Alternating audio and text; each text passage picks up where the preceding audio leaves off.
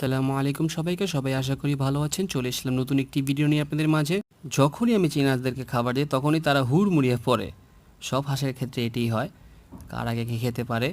আমার যে সামনের হাঁসটি আছে সেটি 9টি ডিম দিয়েছে, তারপরে তার ডিম পাড়া টোটালি অফ, এখন সে ডিম পারছে না। আর পিছের দুইটো তো এখনও ডিম পারেই নেই আমাদের বাসা আসার পর থেকে। আর এইখানে আমার জ্যাকি, এনাও জ্যাকি, তোমার জন্য একটু বেশি খাবার থাকবে সব সময়। আর বাইরে যে শুনতে পাই যে আমার রাজা হাঁস যেটি ডিম পাড়ছে সেটি আহত হয়েছে। এই পাশ দিয়ে মোটর সাইকেল এসে তাকে ধাক্কা মেরেছে, এই জন্য সে ডান পায়ে ব্যথা পেয়েছে। এটা শুধু ডিম পাড়া শুরু করেছে, এটাই এই অবস্থা। আর ওই যে পিছন দিকে শুরু হয়ে গেছে তাদের মারামারি। এটা তাদের প্রতিদিনের কাজ, না করলে এটা হয়ই না তাদের। এটি হচ্ছে আমাদের খাকি ক্যাম্বেলের ঘর, আর এর পাশে হচ্ছে চীনা হাঁসের ঘর।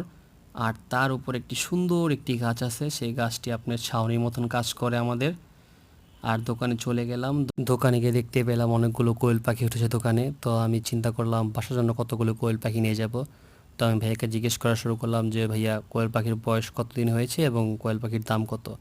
তো ভাইয়া বলল কোয়েল পাখির বয়স তোমার 35 দিন হয়েছে, আর কোয়েল পাখির দামগুলো তোমার জন্য রাখা যাবে 80 টাকা জোড়া। তো আমি ভেবে চিন্তে দেখলাম কতগুলো কোয়েল নিতেই হয়, আমার বাসার কতগুলো খাঁচা খালি পড়ে রয়েছে।